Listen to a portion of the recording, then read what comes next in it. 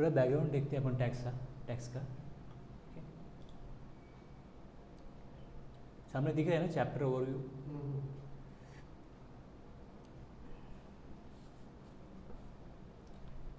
Tax जो है वो दो टाइप के होते हैं। ओके, एक डायरेक्ट टैक्स और दूसरा इनडायरेक्ट टैक्स।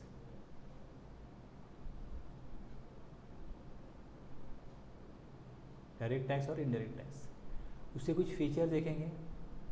और इंडिया में कब से शुरुआत हुई जीएसटी की। अभी अपने यहाँ पे इंडिया में जीएसटी इम्प्लीमेंट हुआ 1 जुलाई 2017 से। कोई भी चीज़ हम जब इम्प्लीमेंट करते हैं तो उसको जीएसटी को एप्लीकेबल करना चाहिए, जीएसटी को अभी लाना चाहिए। ये कब से गवर्नमेंट ने सोचा, या ऐसा कि जीएसटी आप लेके आओ, इसकी शुरुआत कब हुई? वो है genesis of India, genesis of GST in India. GST का कंसेप्ट क्या है, क्या ज़रूरत थी जीएसटी की इंडिया में लाने के लिए? फ्रेमवर्क ऑफ जीएसटी, इंडिया के लिए कौन सा फ्रेमवर्क है? Benefits of GST, constitutional provision. कोई भी जब टैक्स गवर्नमेंट लेती है तो उसके लिए कॉन्स्टिट्यूशन में वैसी परमिशन होनी चाहिए कि आप गवर्नमेंट को टैक्स ले सकते हो।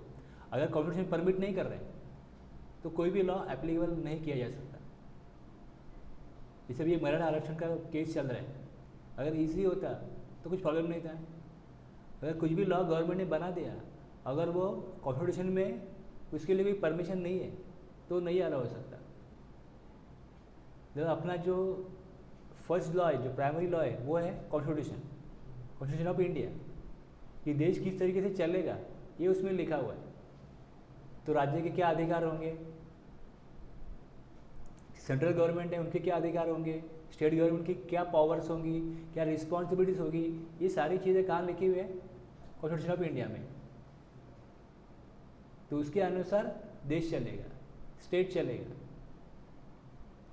प्राइम मिनिस्टर है उसके क्या राइट्स होंगे, जो चीफ मिनिस्टर से क्या राइट्स होंगे, ये सारी चीज़ें लिखी हुई है।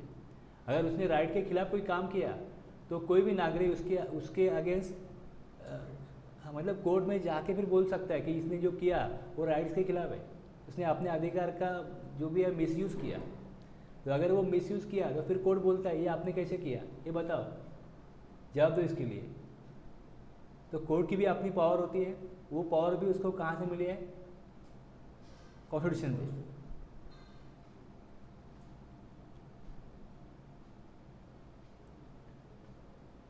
तो हर एक राज्य है उसके अपने अधिकार होते हैं, उसकी रिस्पॉन्सिबिलिटी होती है, और जो सेंट्रल गवर्नमेंट है उसका अपना काम होता है, वो काम वो करते हैं। तो हर एक स्टेट को क्या करना होता है कि अपने लिए कुछ डेवलपमेंट करनी है।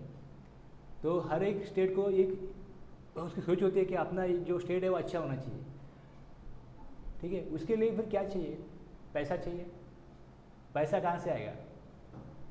गवर्नमेंट कोई बिजनेस करती है, जो भी कोई भी समझो एक पर्सन है, वो आइदर बिजनेस करेगा या नौकरी करेगा, जॉब करेगा, उससे उसको कुछ अर्निंग होगा, उसे अपना वो घर चलाएगा।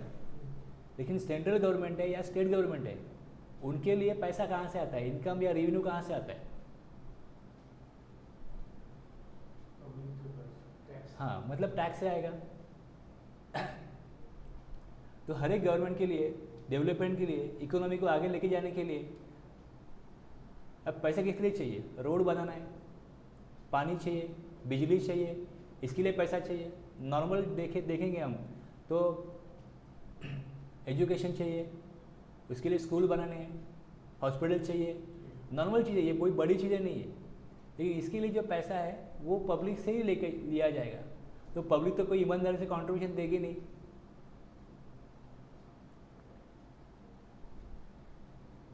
What is tax?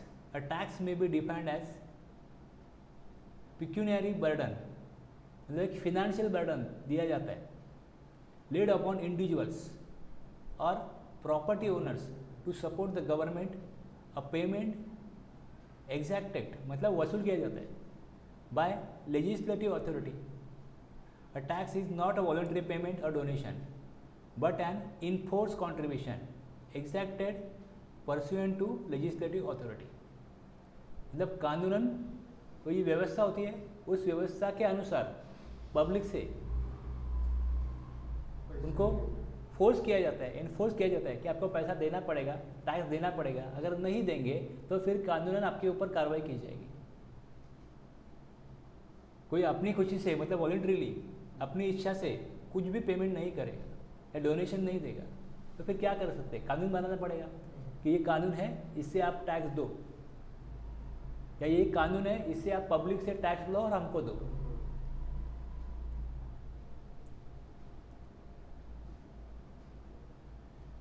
तो किस लिए टैक्स ले जाता है ये तो पहले क्लियर हो गया। अब इसमें एक डायरेक्ट टैक्स है और दूसरा इनडायरेक्ट टैक्स है। सब लोग टैक्स देते हैं क्या? सब लोग टैक्स देते हैं क्या? तो इसका आंसर है यस। लेकिन जो आपको समझ में आता है वो डायरेक्ट टैक्स है और जो आपको समझ में नहीं आता वो इनडायरेक्ट टैक्स है। आपसे लिया जा रहा है लेकिन आपकी जानकारी में नहीं है, इसके लिए आप बोलते कि सब लोग टैक्स नहीं देते। लेकिन समझो एक बिस्किट है, वो बिस्किट कोई भी खरीदता है, कोई भी गरीब आदमी है, भिखारी भी है, उसको आप पूछोगे कि आपने कभी टैक्स दिया है क्या? तो जब उसने कोई चीज़ खरीदी उसके ऊपर लिखा है कि MRP इंक्लूसिव ऑफ टैक्सेस, तो उसने टैक्स दिया ना। और कोई भी चीज़ के ऊपर लिखा है इंक्लूसिव ऑफ टैक्सेस तो उसने टैक्स दिया। उसको मालूम नहीं कौन सा टैक्स दिया, किसको मिला, सेंट्रल गवर्नमेंट को कितना मिला, स्टेट गवर्नमेंट को कितना मिला, उसको पता नहीं है, ये जानकारी में नहीं है उसकी, लेकिन टैक्स तो दिया। तो उसको बोलते हैं इनडायरेक्ट टैक्सेस। और डायरेक्ट टैक्स जो है, अब जो बोल रहे हो कि टैक्स सब लोग नहीं देते, वो डायरेक्ट टैक्स नहीं देते। जो इनकम टैक्स है वो हर कोई नहीं देता, क्योंकि वो टैक्स जो है वो डायरेक्टली वो पर्सन से लिया जाता है। Direct tax is kind of charge which is impose directly on the tax payer and paid directly to the government by the person. जिसके ऊपर लगा है वो on whom it is impose, वो गवर्नमेंट को डायरेक्टली खुद जमा करता है गवर्नमेंट के पास। Direct tax is one that cannot be shifted by the tax payer to someone else. A significant direct tax imposed in India is income tax। अब ये शिफ्टेड है, ये शिफ्टेड नहीं हो सकता, ये जो लिखा है शिफ्टेड नहीं होता, शिफ्ट नहीं होता, जिसके ऊपर है वही वो गवर्नमेंट को जमा करता है। लेकिन आप जीएसटी में देखोगे, जीएसटी में देखोगे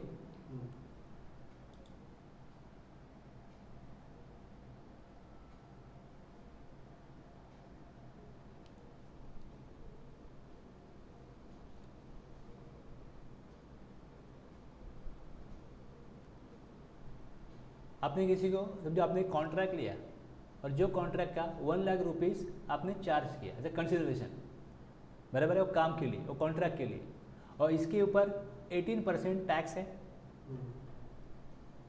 18% टैक्स है, जिसका 18,000 रुपीज़ आपने कलेक्ट किया, आपने कलेक्ट किया। समझो आप जो काम कर रहे हो, जिसका काम कर रहे हो, उससे आपने कलेक्ट किया 18,000 रुपीज़। अब 1,18,000 रुपीज़ आपने उससे लिया। समझो आप सब कॉन्ट्रैक्टर हो और वो मेन कॉन्ट्रैक्टर है, बराबर है। तो 18,000 रुपीज़ आपने किससे लिया? मेन कॉन्ट्रैक्टर से लिया, बराबर है। अब मेन कॉन्ट्रैक्टर है जो जिसका काम कर रहा है उसके लिए वो चार्ज कर रहा है 1,50,000 और इसके ऊपर वो जीएसटी चार्ज कर रहा है 27,000। तो यहाँ पे 1,77,000 ये अमाउंट वो उससे लेगा। अब ये आपने 18,000 टैक्स किसके ऊपर लगाया? हाँ, समझो ए के ऊपर लगाया। ये जो है आपने ए को दिया, बराबर है। ए जिसका काम कर रहा है, सपोज बिल्डर है, उसका काम कर रहा है, बी है वो उससे लेगा। और बी फिर किसको फ्लैट बेच रहा है? जो फ्लैट ओनर है उसको फ्लैट बेच रहे हैं, वो सपोज सी है। सी के लिए फ्लैट का रेट समझो, जो भी फ्लैट बनेगा उसका रेट जो भी होगा उसके ऊपर 1% या 5% जो भी चार्ज होगा वो लेगा। अब ये जो 18,000 रुपीज़ है ये गवर्नमेंट को जमा करने की जिम्मेदारी किसकी है? आपने सप्लाई दिया ए को, बराबर है। आप जे हो तो जे ने सप्लाई दिया ए को, ए से 1 लाख रुपीज़ लिया एज ए कंसिडरेशन उस कॉन्ट्रैक्ट का।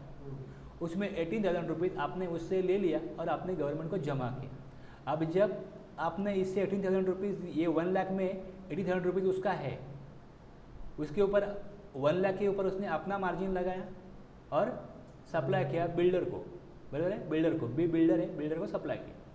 अब इसके बाद में ये 18,000 रुपीज़ जो आपने उसका जमा किया है, वो जब ये 27,000 रुपीज़ जब वो कलेक्ट करता है, उससे ये 18,000 रुपीज़ वो माइनस करता है, क्योंकि वो गवर्नमेंट के पास चला गया।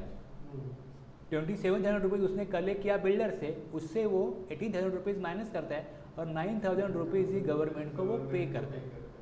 तो इसको बोलते हैं बर्डन शिफ्ट हो गया।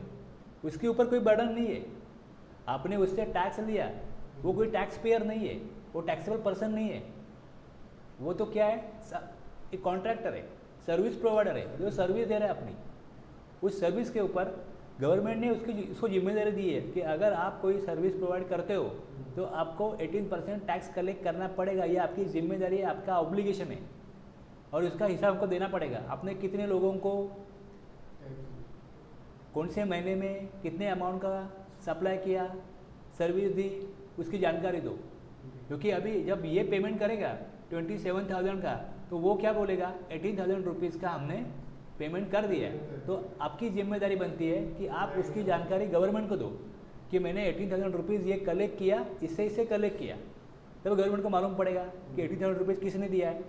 और फिर दूसरा जो है, जो 18,000 रुपीज़ का डिडक्शन लेके बाकी अमाउंट पे कर रहा है, तो वो बताएगा मैंने उसको दिया था। तो गवर्नमेंट को लिंक मिलने के लिए, जानकारी मिलने के लिए, जानकारी तो पब्लिक के पास है, तो गवर्नमेंट एक तो क्या काम करता है कि जो गुड्स का सेल कर रहा है, सर्विस का सेल कर रहा है, उसकी जानकारी उसको गवर्नमेंट को देनी पड़ेगी। पहली जिम्मेदारी, सबसे पहले जो जीएसटी का कानून है, अगर उसके लिए एप्लीकेबल हो जाता है तो उसको जीएसटी में रजिस्ट्रेशन लेना पड़ेगा। मतलब गवर्नमेंट के लिस्ट में वो आ जाएगा कि ये इसके लिए हमने जो भी बिजनेसमैन है, जो भी व्यापारी है, उनके लिए कानून बनाया कि जिसका टर्नओवर एक सर्टन अमाउंट से ज़्यादा होगा तो उसके लिए जीएसटी कलेक्ट करना अनिवार्य होगा। तो जो लोग जीएसटी कलेक्ट करेंगे उनका गवर्नमेंट जानकारी लेंगी अपने काम के लिए।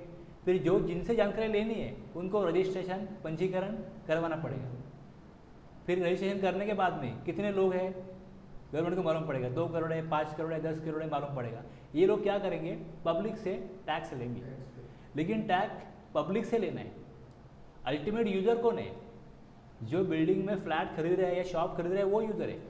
जो कॉन्ट्रैक्टर है वो कोई टैक्स पेयर नहीं है, लेकिन गवर्नमेंट डायरेक्टली वो जो फ्लैट खरीद रहा है या जो सामान खरीद रहा है या जो भिखारी है जो बिस्किट खरीद रहा है उसे टैक्स नहीं ले सकती।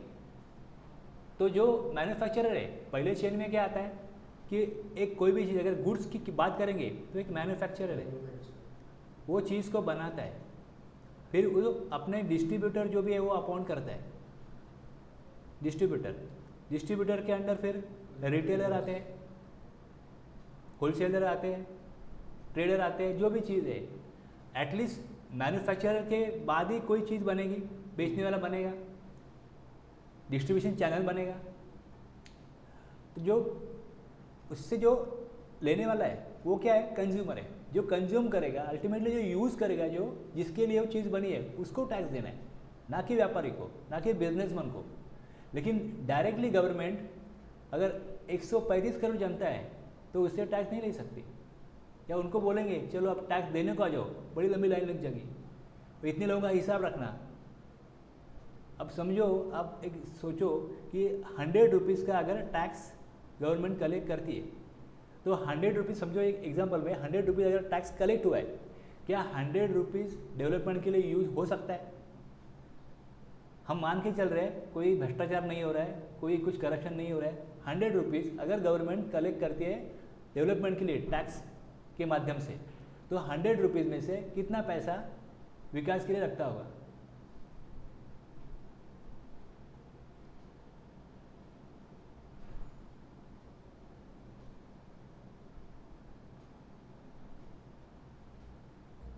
गवर्नमेंट कोई बिजनेस नहीं करती, लेकिन गवर्नमेंट शासन चलाती है ना, देश चलाती है ना, राज्य चलाती है ना, तो उसके लिए भी खर्चा है ना, पुलिस का खर्चा है, मिलिट्री का खर्चा है, गवर्नमेंट के स्कूल है उसका खर्चा है, वहाँ पे जो लोग काम करते हैं उनकी तनख्वाह है। तो अराउंड देखा जाए तो ये 100 रुपीज़ में से 65% to 70% अमाउंट गवर्नमेंट के अपने खर्चों के लिए चली जाती है। तो बचता कितना है? 30%। ये 30% में ही देश चल रहा है। अब ये जो सारा टैक्स स्ट्रक्चर है, ये अगर पढ़े लिखे लोग नहीं जानते, नहीं समझते, तो फिर जब चुनाव होते हैं तो किस आधार पे वोटिंग होगा? किस आधार पे वोटिंग होगा?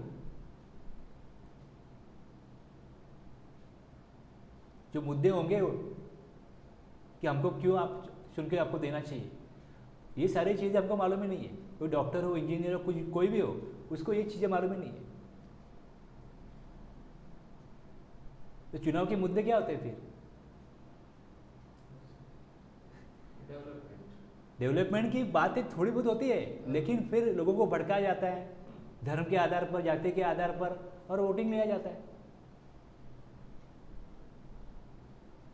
अगर ये सारी चीज़ें लोग समझ जाएंगे, जैसे यूएस जैसी कंट्री है, वहाँ पे ये मुद्दे नहीं होते ऐसे धर्म के जाति के आधार के ऊपर। वहाँ जो मुद्दे होते हैं, उन्होंने क्या किया, लोगों की वो लेवल होगी, उतना अगर समझ होगी तो फिर ऐसे मुद्दे बढ़ेंगे। डेवलपमेंट के आधार पे चुनाव होने चाहिए ऐसा सब लोग बोलते हैं, लेकिन जो वोटिंग करने वाले, जो जिन लोगों को समझ में आता है, वोटिंग करते नहीं। और जो लोग वोटिंग करते हैं उनके लिए जो मुद्दे हैं, बस वही काम करते हैं। फिर दोनों मुद्दे चलते हैं, दिखाने के लिए डेवलपमेंट का मुद्दा होता है, बाकी तो ऐसा ही चीज़ है। क्योंकि ये सारी चीज़ें किसी को मालूम नहीं होती। 4 साल हो गए जीएसटी आके, अब जीएसटी आके क्या फ़ायदा हुआ या क्या नुकसान हुआ, किसी को कुछ मालूम नहीं। जो न्यूज़ में बताया जा रहा है या जो भी हम लोग, हमारी व्हाट्सएप यूनिटी है, उसमें जो पढ़ते हैं वही हम सच मानते हैं। रियलिटी क्या है, फैक्ट क्या है, जब कोई स्टडी करेगा तो ही पता चलेगा। तो 135 करोड़ लोग हैं, उनसे तो गवर्नमेंट टैक्स डायरेक्टली ले नहीं सकती। तो इसके लिए फिर मजबूर करना पड़ता है बिजनेसमैन को कि आपको टैक्स कलेक्ट करना पड़ेगा। आप जिसको भी सेल करोगे, आपके लिए तो वही कस्टमर है, आपका सब कॉन्ट्रैक्ट है, आपने लिया बस, तो आपके लिए वही कस्टमर है, आप उससे टैक्स ले लो, आपकी इतनी जिम्मेदारी है। और जिससे आपने टैक्स लिया वो आइदर रजिस्टर होगा या अनरजिस्टर होगा। अगर वो रजिस्टर है तो उसके इनवॉइस, आप उसका इनवॉइस बनोगे तो वो सारी इनवॉइस की जानकारी आपको हमको देनी पड़ेगी। गवर्नमेंट आपको यही बताएगा, आपके लिए बस इतना है। तो अगर ये सारी चीज़ें गवर्नमेंट कोई हुक्म करके हो जाएगा, ऐसा नहीं है, क्योंकि फिर किसको क्या करना है कैसे मालूम पड़ेगा।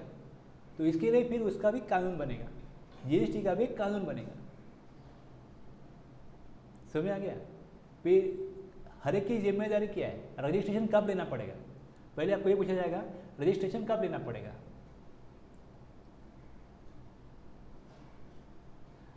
हमने शुरुआत कहाँ से की थी, टैक्स शिफ्ट होता है, यहाँ से शुरुआत की थी।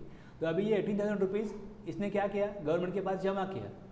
तो इसकी तो कोई लाइबिलिटी जो थी वो नील हो गई अभी, क्योंकि इसने क्या किया, 18,000 रुपीज़ जमा कर दिया। इसने 9,000 रुपीज़ जमा किया, उसके बाद इसने बिल्डर को सेल किया। तो बिल्डर ने जो कलेक्ट किया होगा,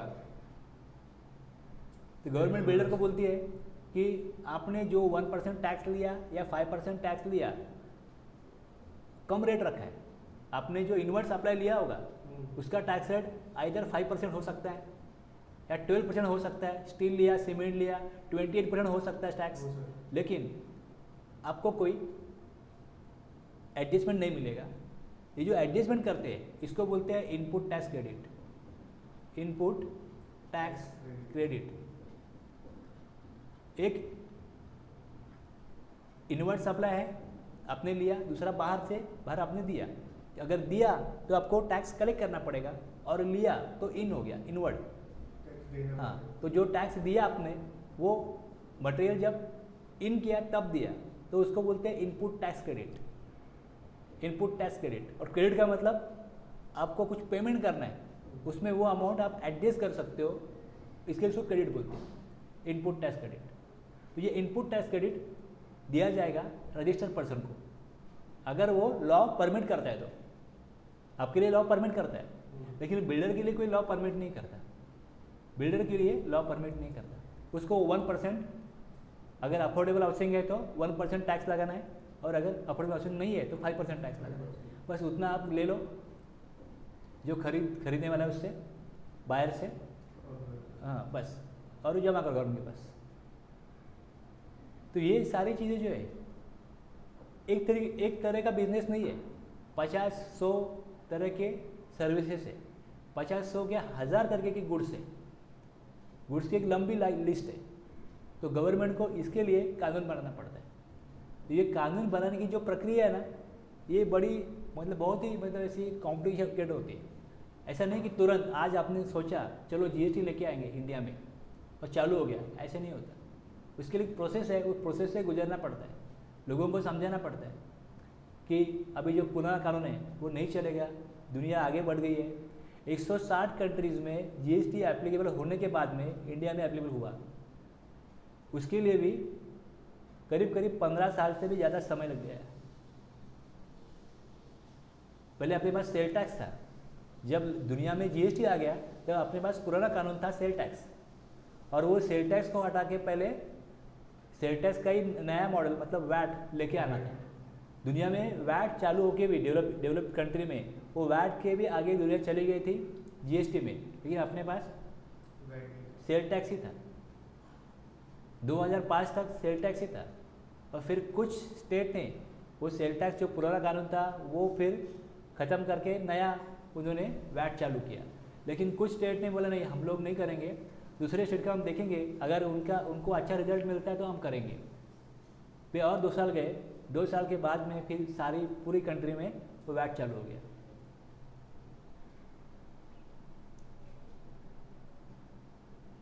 तो ये सारी चीज़ों के लिए कानून बनेगा। अभी जैसे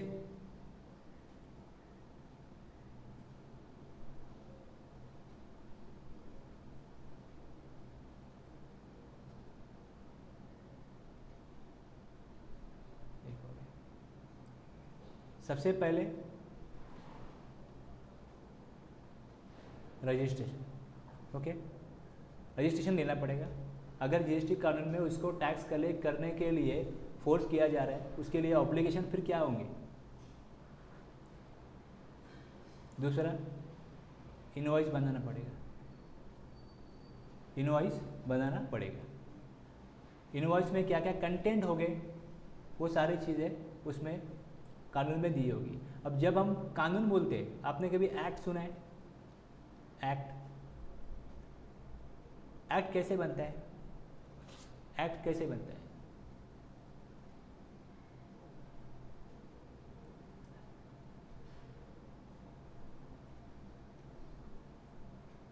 अगस्त 1947 को देश आज़ाद हुआ, बराबर है, और 26 जनवरी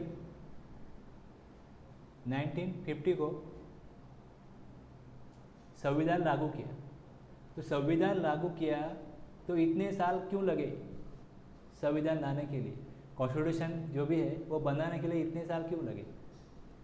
जो बाकी जो डेवलप कंट्रीज थी उनका संविधान था, उसका स्टडी किया, एक कमेटी बनाई गई कि उनके यहाँ के पब्लिक की मेंटेलिटी अलग है, वहाँ की जो एनवायरनमेंट है वो अलग है, तो अपने देश के लिए क्या सूटेबल है, तो क्या हमारे यहाँ होना चाहिए। तो बाकी लोगों के कानून पढ़ के, वहाँ के जो लोगों की मानसिकता है उसको समझते हुए, अपने यहाँ के लोगों की मानसिकता, उनका एजुकेशनल स्टैंडर्ड, ये सारी चीज़ों को समझ के कुछ बदलाव करके वो सारी चीज़ें, उस चीज़ों को अंजाम देने के लिए इतने साल लगे। उसके बाद में संविधान फाइनल हो गया कि ये अभी लागू करेंगे। तो बाद में कुछ ज़रूरत पड़ी तो उसमें अमेंडमेंट तो लिया जा सकता है, कुछ बदलाव किए जा सकते हैं, और फिर वो लागू किया। वैसे ही जब ये कुछ भी कानून आपको बनाना होता है तो उसका पहले बिल बनता है। बिल मतलब डॉक्यूमेंट होंगे, उसमें कुछ लिखा होगा कि इस तरीके से देश चलेगा, इस तरीके से ये कानून चलेगा। तो फिर जो बनाया जाता है वो सबको दिया जाता है, सबको मिल जाता है वो। और उसमें कुछ ऑब्जेक्शन है, आपको सजेशन है पब्लिक को, तो दे सकते हैं। हमने किसको अपॉइंट किया है? अपना प्रतिनिधि करके, जिसको हम चुन के दे वो अपना, लेकिन पब्लिक से भी लोग सुझाव दे सकते हैं। अभी तो जीएसटी कानून था, उन्होंने तो वो पब्लिक पोर्टल पे डाला था कि आप पढ़ो और सजेशन दो, कोई भी डाल सकते हैं। अब रेरा का कानून बना, तो कानून जब बन रहा है तो उसमें क्या क्लॉजेस होंगे, उसमें क्या प्रोविजंस होगी, उसमें क्या प्रावधान होंगे, ये पूरा जो पढ़े लिखे लोग रहते हैं, उसके एक्सपर्ट रहते हैं, वो बनाते हैं कि इसमें ये होना चाहिए, गवर्नमेंट को ये लगता है, बस। तो फिर उसके ऊपर किसी का कुछ सजेशन होगा कि ये आप करोगे, ये प्रावधान आप लगाओगे, तो उससे पब्लिक को क्या परेशानी होगी। आप अच्छे के लिए कर रहे हो, लेकिन कुछ उसका ऐसा इफेक्ट भी होगा जिससे कुछ नकारात्मक परिणाम होंगे, वो नहीं चाहिए, तो ये इसको निकालो। फिर जब वो बिल प्रेजेंट होता है, अगर समझो स्टेट के लिए तो विधिमंडल में प्रेजेंट होगा, और अगर वो सेंट्रल का है तो फिर वहाँ पे जो भी पार्लियामेंट हाउस है वहाँ पे वो क्या करेंगे, प्रेजेंट करेंगे। जब उनका सेशन होता है तब वो प्रेजेंट होता है, उसके पहले सभी मेंबर्स को उसकी कॉपी मिल जाती है कि ये जो भी ये बिल है ये आने वाले हैं। और फिर उसके ऊपर जो जिस मिनिस्ट्री का वो कानून जिस मिनिस्ट्री से रिलेट करता है, वो मिनिस्ट्री का जो मिनिस्टर होता है या स्टेट मिनिस्टर होता है, वो बिल प्रेजेंट करता है, बताता है कि किस तरीके से इसमें काम होने वाला है और क्या देश को फ़ायदा होने वाला है। और फिर बाकी अपोजिशन वाले मेंबर्स होते हैं, वो उसके लिए उसके ऊपर अपनी राय देते हैं, और अगर वो सब ने उसको परमिट किया तो फिर उसका बिल का एक्ट बनता है, मतलब कानून बनता है। और एक लोकसभा, दूसरा राज्यसभा, दोनों में ये बिल रखा जाता है। अगर लोकसभा में तो मेजॉरिटी है, जिसका भी प्राइम मिनिस्टर है उसकी मेजॉरिटी है, वहाँ तो पास हो जाता है। लेकिन जो दूसरा जो हाउस है राज्यसभा, वहाँ पे क्या होता है, पूरे देश से सारी पार्टियों के मेंबर होते हैं, तो वहाँ पे कभी भी मेजॉरिटी अभी तक नहीं रही है। राज्यसभा में जिसका देश में प्राइम मिनिस्टर होता है उसका राज्यसभा में मेजॉरिटी नहीं होता, तो बाकी जो भी पार्टीज़ है उनको भी कन्विंस करना पड़ता है कि ये कानून किस तरीके से पब्लिक के लिए, देश के लिए अच्छा है। अगर सब लोग मान जाते हैं, कुछ ऑब्जेक्शन लेके भी सपोर्ट देते हैं उनको, तो कानून बनता है, नहीं तो कानून नहीं बनता। तो इसके लिए संविधान बनाने के लिए इतना टाइम गया, क्योंकि संविधान में सारी ये एंट्रीज है ऐसी, किस तरीके से देश चलेगा, किसके लिए क्या अधिकार होंगे, किसके लिए क्या जिम्मेदारियां होंगी। अधिकार किस लिए ये दिए जाते हैं, कुछ जिम्मेदारियां आपको है इसके लिए, तो इसमें कुछ प्रॉब्लम आता है तो आपके पास अधिकार होना चाहिए उसको निभाने के लिए, तो वो सारी चीज़ें होती है। तो रजिस्ट्रेशन करना पड़ेगा, फिर इनवॉइस बनाना पड़ेगा। तो इनवॉइस कब बनेगा, कैसे बनेगा, उस तरीके से फिर आगे कुछ प्रोविजन होती है, उसकी किस वैल्यू के ऊपर आप टैक्स लगाओगे, तो वैल्यूएशन के लिए अलग प्रावधान होते हैं। पेमेंट कैसे करना है, किस तरीके से पेमेंट होगा, और रिटर्न्स मतलब किस तरीके से गवर्नमेंट को जानकारी चाहिए। गवर्नमेंट को सिर्फ पेमेंट नहीं चाहिए, आप जानकारी भी दो, आपने किससे पैसा लिया उसकी आप जानकारी दो। वो जानकारी वेबसाइट पे अपलोड करनी पड़ेगी। पहले तो सारी चीज़ें मैनुअल थी, अब मैनुअल नहीं है, अब सारी चीज़ें आपको ऑनलाइन फिलअप करनी पड़ती है, सारी चीज़ें ऑनलाइन इन्फॉर्मेशन मिल जाती है। तो लॉगिन आईडी पासवर्ड मिलेगा, उस लॉगिन आईडी पासवर्ड से आप जानकारी देख भी सकते हो कि समझो आपका सप्लायर है, उसने क्या आपको सप्लाई किया था, आपके नाम पे कौन से डेट पे कौन सा बिल उसने बनाया था, कितना टैक्स आपसे कलेक्ट किया था, वो सारी जानकारी आपको आपके लॉगिन आईडी पे मिल जाती है। और जिससे आपने टैक्स लिया है उसकी पूरी जानकारी आपको फिलअप करनी है। तो वो सारी एज अ टैक्स पेयर जो टैक्स कलेक्ट किया जा रहा है, जो टैक्स गवर्नमेंट को दिया जा रहा है, उसकी सारी जानकारी यहाँ पे होती है। तो एक होता है रजिस्टर्ड पर्सन, दूसरा होता है अनरजिस्टर्ड। तो अगर किसी ने आपने अनरजिस्टर्ड को सप्लाई किया तो उसका भी टैक्स जमा करना होता है। तो फिर गवर्नमेंट अगर बोलती है रिटर्न्स में कि आप जो रजिस्टर्ड पर्सन है उनकी पूरी जानकारी दो, और जो अनरजिस्टर्ड है, अब देखो डीमार्ट में हज़ारों लोग रोज़ परचेस कर रहे हैं, हज़ारों लोगों को डीमार्ट में सेल किया जा रहा है कुछ गुड्स। तो उनको ये गवर्नमेंट ने ये नहीं कहा कि तुम हर एक जो तुम्हारा बायर है उसकी इन्फॉर्मेशन दो, उनको इतना ही कहा कि सिर्फ उसने अगर समझो 4,000 का मटेरियल लिया तो उससे आपने कितना टैक्स वसूला है उसकी जानकारी परसेंट वाइज दो। 4,000 का मटेरियल लिया तो उसमें 1,000 का मटेरियल था जिसके ऊपर 5% टैक्स था।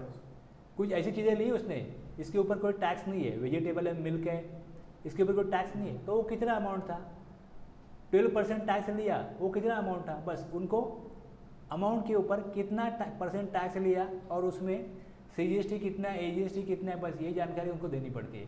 तो जैसे ही वो बिल बनता है उनके कंप्यूटर में ये सारी जानकारी आ जाती है। बस महीने के एंड में डेटा उनके पास रेडी मिल जाता है कि समझो एक 50 लाख का टैक्स कलेक्ट किया, उसमें परसेंट वाइज कितना है, बस वो गवर्नमेंट के वेबसाइट पे डाल दिया 2 मिनट में, तो उनका रिटर्न फाइल हो गया। क्योंकि इनपुट टैक्स क्रेडिट लेने वाला कोई नहीं है उनके लिए। लेकिन जो रजिस्टर्ड पर्सन के लिए, रजिस्टर्ड पर्सन जब सेल करता है तब उसको इनवॉइस की पूरी जानकारी देनी पड़ती है। तो रजिस्ट्रेशन लो, ये पहली बात। इनवॉइस बनाओ, दूसरी बात। किस वैल्यू के ऊपर GST लगेगा, वैल्यूएशन देखो, पेमेंट देखो, और भी प्रावधान है, लेकिन जो आपको अभी इस लेवल पे समझने के लिए आसान है मैं बता रहा हूँ। और रिटर्न्स, तो जब ये एक्ट बनता है तो एक्ट में जो मेन बातें होती है वो एक्ट में लिखी होती है। मेन बातें क्या है वो एक्ट में, एक्ट बन जाएगा। अब जब कुछ आपको बोला गया कि इनवॉइस बनाना पड़ेगा, ये एक्ट में लिखा है, ये एक्ट में लिखा है, आपको दिखाता हूँ।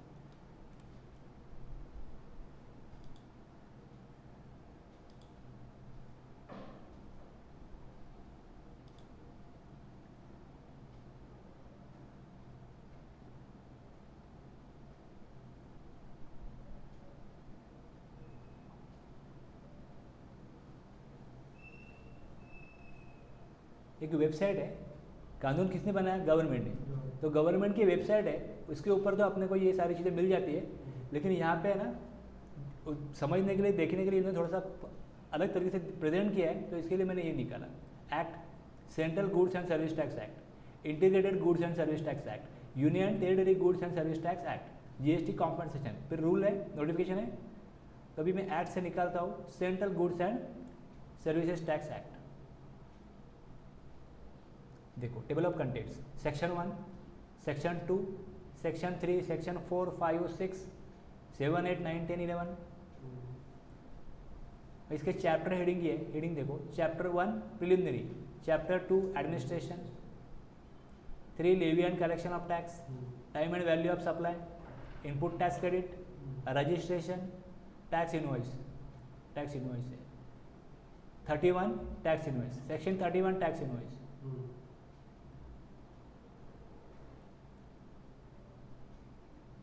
ये 1 है, तो ये सेक्शन है, तो इसको सब सेक्शन बोलते हैं, सब सेक्शन 1 ऑफ सेक्शन 31। और यहाँ पे नीचे जो A B है इसको क्लॉजेस बोलते हैं। अगर ये A और B अलग अलग कुछ बातें बता रहे हैं तो वो क्लॉजेस होते हैं, और यहाँ पे 1 बताया तो इसके आगे की बात 2 में है तो उसको सब सेक्शन बोलते हैं। यहाँ पे A कुछ और बता रहा है, B कुछ और बता रहा है, तो वो क्लॉजेस हो गए। ये 7 सब सेक्शन है।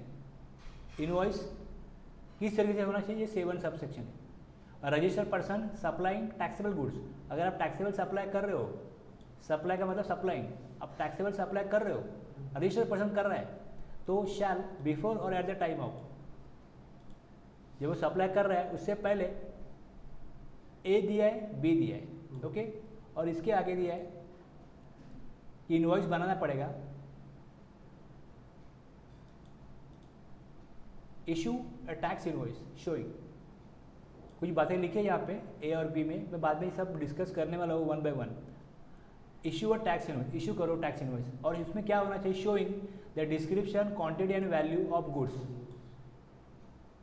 The tax charge thereon and such other particulars as may be prescribe.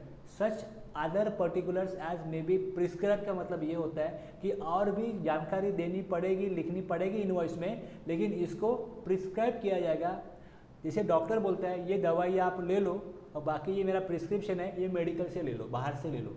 तो बाकी चीज़ें बाद में बताई जाएगी, मतलब उसका मतलब ये है कि उसका रूल बनाया जाएगा। मेन चीज़ें यहाँ पे दी है, ये लेना ही चाहिए, ये उसमें होना ही चाहिए, ये यहाँ पे दिया, और बाकी चीज़ें उसके रूल होंगे। तो rule for the purpose of implementation है। हम टैक्स इनवॉइस को बनाना चाहिए और उसमें ये होना चाहिए, तो आज बना सकते हैं, और भी चीज़ें होनी चाहिए, उसके लिए यहाँ बताना जरूरी नहीं है जब कानून पास हो रहा है। तो उसके लिए फिर रूल बनाएंगे। तो रूल यहाँ पे है, अब रूल देखेंगे।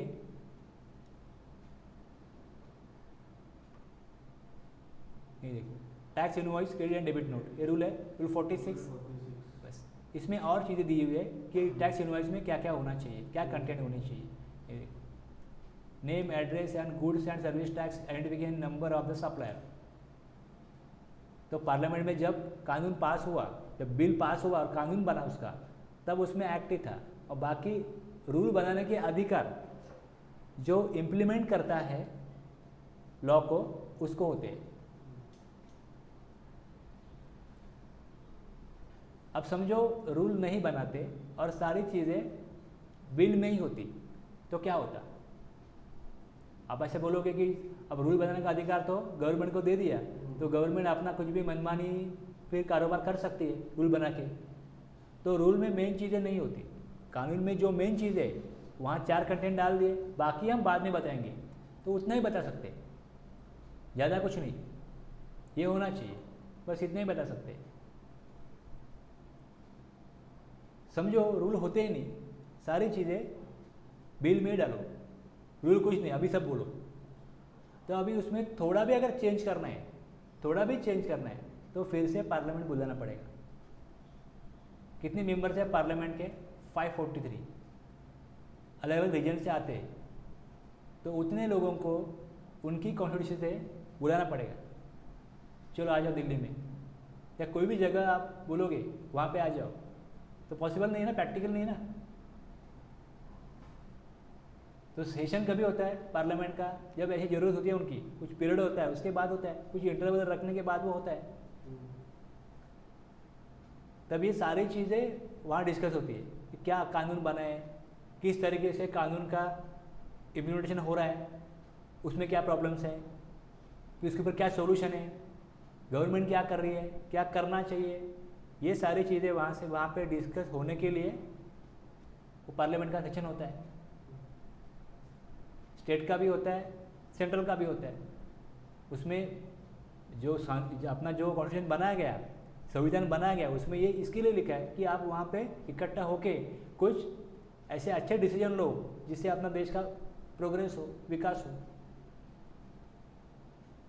ये सारी चीज़ें अगर आपके बिल में डाली गई, तो फिर कुछ भी थोड़ा भी चेंज करना हो तो फिर से पार्लियामेंट बुलानी पड़ेगी। तो मेन जो होता है वो एक्ट होता है, बाद में रूल बना के उसमें गवर्नमेंट कभी भी चेंज कर सकती है, गवर्नमेंट कभी भी चेंज कर सकती है, क्योंकि वो इम्प्लीमेंट करने के लिए।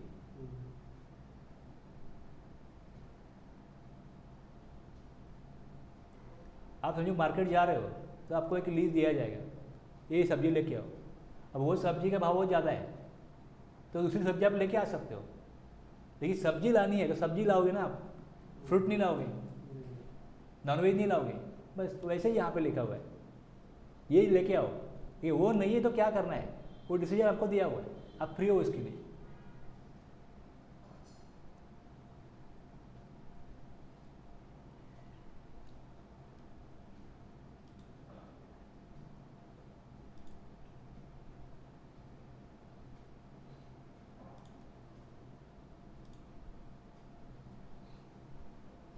तो इनडायरेक्ट टैक्स में क्या होता है, इस तरीके से बर्डन शिफ्ट होता है, क्योंकि वैसा कानून में लिखा होता है कि आपको टैक्स नहीं देना है। टैक्स किसको देना है? जो उसको यूज़ कर रहा है, जो गुड्स को यूज़ कर रहा है। लेकिन गुड्स जो बनाता है वो डायरेक्टली कंज्यूमर को नहीं बेच पाता। गुड्स मैन्युफैक्चरर अगर प्रोड्यूस करता है, अगर आसाम में चाय बन रही है तो चाय पूरे देश में पहुंचेगी, तो फिर उसके डिस्ट्रीब्यूटर, होलसेलर, रिटेलर या हर किसी को इनकम अर्न करने का राइट्स है ना। तो फिर वो बोलेगा डिस्ट्रीब्यूटर को मुझे दो, डिस्ट्रीब्यूटर के पास और कोई जाएगा, तो ये लोग तो इसमें चैनल बनाने वाले हैं, वो तो चलने वाला है, और जो कस्टमर है वो लेगा। तो फिर इस केस में जो टैक्स पेयर नहीं है वो रजिस्ट्रेशन लेंगे गवर्नमेंट के पास, और फिर जो टैक्स है वो कलेक्ट करेंगे और गवर्नमेंट के पास जमा करेंगे, ये उनकी जिम्मेदारी होगी। तो इसके लिए टैक्स शिफ्ट होगा। डायरेक्ट टैक्स में ऐसा नहीं है, शिफ्टिंग की बात ही नहीं है। आपने इतना अर्न किया, अब जो कोई कंपनी में अगर कोई एम्प्लॉई है तो कंपनी तो उससे काट ही लेती है, जब उसको पेमेंट करेगी, अगर उसका इनकम टैक्सेबल इनकम हो रहा है तो उसके पेमेंट से काट के लो, TDS जमा करो, डायरेक्ट हो गया। तो उसको मालूम है मेरा पैसा काटा हुआ है, ऐसा नहीं कि उसको मालूम नहीं होता, उसको कंपनी लिख के देती है तेरा इतना इतना सैलरी है, इतना TDS हमने काटा है, तेरा टैक्स भर दिया है, अब तेरा जितना कुछ रिफंड बनता है अगर तू ले ले गवर्नमेंट से, रिटर्न तेरे को भरना पड़ेगा। रिटर्न भरना मतलब क्या होता है, एक गवर्नमेंट एक फॉर्मेट देता है, एक फॉर्म देता है, उसमें टैक्स पेयर को अपनी जानकारी देनी होती है, गवर्नमेंट ने जिस तरीके से गवर्नमेंट मांग रही है उस तरीके से। आप जब कॉलेज में जा रहे हो, एडमिशन ले रहे हो, तो कॉलेज वाले आपको फॉर्म देते हैं, ये फॉर्म में जानकारी दो। आपको कोई कॉलम मंजूर नहीं है उसमें कि आपका रिलीजन कौन सा है, आपकी कास्ट कौन सी है, आपको मालूम ये मंजूर किस लिए चाहिए, लेकिन देना पड़ेगा आपको। अगर वो कॉलेज में फॉर्म में लिखा हुआ है कि वहाँ पे आपकी जाति लिखो, तो आपको लिखना पड़ेगा, आपका धर्म कौन सा लिखा हो लिखना पड़ेगा।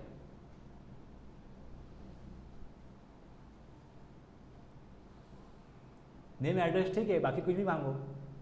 नहीं, कोई आदमी ऐसा होगा कि नहीं मैं इंडियन हूँ, यही काफ़ी है ना, ये क्यों मांग रहे हो, ये पूछो कि आप भारतीय हो कि नहीं, बस हो गया ख़त्म, मेरी यही धर्म है, मेरा यही जाति है, ख़त्म करो। लेकिन नहीं, आपको देना पड़ेगा। तो हर चीज़ ऐसी चलती है, अगर कोई फॉर्म प्रिस्क्राइब किया है तो आपको पूरा भरना पड़ेगा, नहीं तो फिर आपका एप्लीकेशन मंजूर नहीं होगा, आपका रिटर्न मंजूर नहीं होगा। तो रिटर्न में ये चीज़ें होती है। तो जैसे आपका TDS काटेगा, रिटर्न भरेगा वो आदमी, अगर उसका रिफंड है तो रिफंड देना पड़ेगा, और कोई उसका इनकम है, एडिशनल कोई बिजनेस है, तो उसको वो जानकारी देके गवर्नमेंट को इनकम टैक्स देना पड़ेगा। जो एम्प्लॉयर है सिर्फ अपनी बात करेगा, अपना जो भी वो पेमेंट कर रहा है उसमें कितना इनकम उसको हो रहा है, उसमें कितना टैक्स बनता है, वो एम्प्लॉयर बनाएगा। लेकिन अगर ये आदमी शेयर में डील करता है, कुछ लैंड है उसके पास, हो उसने सेल की, तो उसके लिए एम्प्लॉयर रिस्पॉन्सिबल नहीं होता, एम्प्लॉयर सिर्फ अपना काम करता है। डायरेक्टली टैक्स पेयर को टैक्स जमा करना पड़ता है, वो डायरेक्ट टैक्स होता है, वो डायरेक्ट टैक्स होता है। और इनडायरेक्ट टैक्स में किसी को पता ही नहीं होता कि हमारे जेब से कोई टैक्स गवर्नमेंट वसूल कर रही है। ये कानून है, गवर्नमेंट को अधिकार है, राइट है, और जो टैक्सेबल पर्सन है उसको ऑब्लिगेशन है कि आपको टैक्स लेना पड़ेगा। सामने वाला बेकार क्यों ना हो, तो अगर पैसा लेके आ रहा है, बोल रहा है कि आप ये गुड्स दो, या आप उसको फ्री में भी दे रहे हो, अगर कानून में लिखा है आपने उसको गुड्स का पैसा लिया भी नहीं, लेकिन टैक्स तो आपको जमा करना पड़ेगा। आप चैरिटी कर रहे हो वो आपकी मर्जी, लेकिन टैक्स तो हम लेके रहेंगे।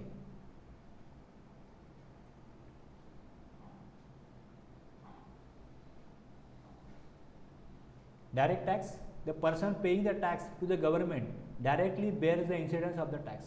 Indirect tax, the person paying the tax onto the government collect the same from the ultimate consumer. Thus, incidence of the tax is shifted to the other person. और डायरेक्ट टैक्स जो है वो progressive in nature होता है। अगर कोई आदमी 2.5 लाख तक अगर इनकम अर्न कर रहा है तो गवर्नमेंट उसके पास से कोई टैक्स नहीं लेती। अब 5 लाख तक अगर है किसी का इनकम, तो जो आगे का 2.5 लाख है उसके ऊपर इनकम टैक्स 5% रहता है, मतलब 12,500। लेकिन उसका भी कानून में रिबेट है, मतलब 5 लाख के ऊपर अगर आपका इनकम नहीं जा रहा है तो जो टैक्स भी लग रहा है आपको, 10,000 भी लग रहा है, वो हम नहीं लेंगे, माफ़ कर देंगे, रिबेट। लेकिन 5 लाख के ऊपर है तो फिर समझो 10,000 भी कमाया, 1,000 भी कमाया, 5 लाख 1,000, तो आगे के 1,000 के ऊपर 20% टैक्स है, मतलब 200 रुपये 1,000 के लिए। लेकिन जो पिछला भी जो 2.5 लाख है उसका भी 12,500 लगेगा। लेकिन अगर 5 लाख तक है तो कोई भी टैक्स नहीं लगेगा। तो यहाँ पे प्रोग्रेसिव इन नेचर, अगर higher rate of tax for people having higher ability to pay, 10 lakh के ऊपर इनकम चला गया तो फिर 30% टैक्स लगता है। 5 लाख से 10 लाख 20% टैक्स लगता है, जितना इनकम हुआ उसके ऊपर, कितना आपने कलेक्ट किया उसके ऊपर नहीं, जितना इनकम हुआ उसके ऊपर। सैलरी तो पूरा इनकम है जो मिला हाथ में, तो उसके ऊपर। लेकिन बिजनेस में आपने 10 लाख लिया, लेकिन 90 लाख खर्चा हुआ गुड्स लेने के लिए, ट्रांसपोर्ट के लिए, जो भी लोग काम कर रहे हैं उनकी सैलरी के ऊपर, जो उसको इनकम कितना हुआ उसके ऊपर टैक्स लगता है। तो direct tax progressive in nature है। कम कमा रहा है तो टैक्स मत दो, ज़्यादा कमा रहा है ज़्यादा परसेंट टैक्स लो, और कमा रहा है और ज़्यादा परसेंट टैक्स लो। लेकिन इनडायरेक्ट टैक्स में ऐसा नहीं होता। यहाँ पे कंज्यूम करने वाले की एबिलिटी नहीं देखी जाती। Progressive in nature, regressive in nature, all the consumers equally bear the burden irrespective of their ability to pay. Ability to pay है ही नहीं। अगर कोई भिखारी अगर कुछ ले रहा है, एबिलिटी टू पे है ही नहीं उसकी, लेकिन उसको भी वही टैक्स देना पड़ेगा जो अंबानी देगा, जो मुकेश अंबानी टैक्स देगा वही टैक्स वो चीज़ के ऊपर वो देगा। कुछ भी खरीदो, टैक्स तो परसेंटेज जो भी है वो सेम ही रहेगा, कहाँ से भी खरीदो, कोई भी खरीदने दो। डायरेक्ट टैक्स में, इनडायरेक्ट टैक्स में सबसे मेन चीज़ क्या है? बर्डन शिफ्ट होता है। इसने उठाया, इसको दिया। ये डायरेक्ट टैक्स तो अपना बर्डन अपने को ही उठाना पड़ता है, अगर बर्डन है तो अपने ऊपर। इनडायरेक्ट टैक्स के एग्जाम्पल है goods and service tax, custom duty. Direct tax में इनकम टैक्स। आपने कोई चीज़ खरीदी है, वो आपने इंपोर्ट की थी, या जो जिससे आपने खरीदी उसने इंपोर्ट की थी, आपको पता नहीं है, तो उसने कस्टम ड्यूटी पे की होगी, उसके ऊपर जीएसटी भी लगा होगा, तो आपको पता नहीं है, तो फिर इसको बोलेंगे इनडायरेक्ट टैक्स। आपके जेब से इनडायरेक्टली कस्टम ड्यूटी गवर्नमेंट को मिली है, नहीं पता मुझे।